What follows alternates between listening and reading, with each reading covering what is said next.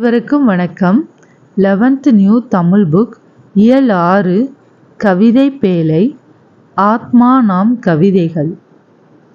ஆத்மா நாம் கவிதை என்ற கலை வடிவத்தின் அழகியல் ஊடாக மானுடத்தின் விழுமியங்களை உரத்த குரலில் பேசியவர். கவிதை பாடுதலை சமூக அக்கறையாக மாற்றிக்கொண்டவர். இக்கவிதையில் அணிலையும் புளிய மரத்தையும் காட்சிப்படுத்தி நம்முடன் உரையாடுகிறார். கேள்வி: காலை எழுந்ததும் இரை தேடத் துள்ளும் இவ்வணில் இரவு எங்கே உறங்குகிறது?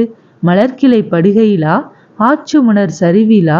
சதுரவட்ட கோண மயக்கச் சந்து பொந்துகளிலா? நிச்சயம் நூற்றுக்கணக்கில் இருக்கும் இவ்வணில்கள் ஒன்றல்ல.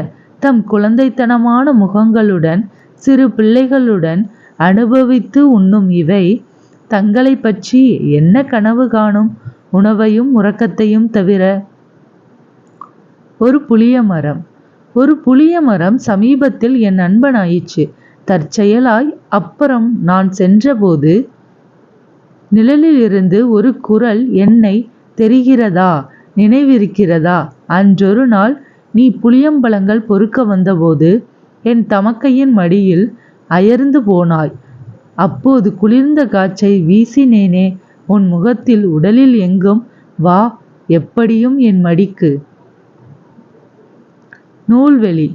மதுசூதனன் என்ற இயற்பெயரை கொண்ட ஆத்மா நாம் தமிழ் கவிதை ஆளுமைகளில் குறிப்பிடத்தக்கவர். காகிதத்தில் ஒரு கோடு அவருடைய முக்கியமான கவிதை தொகுப்பு.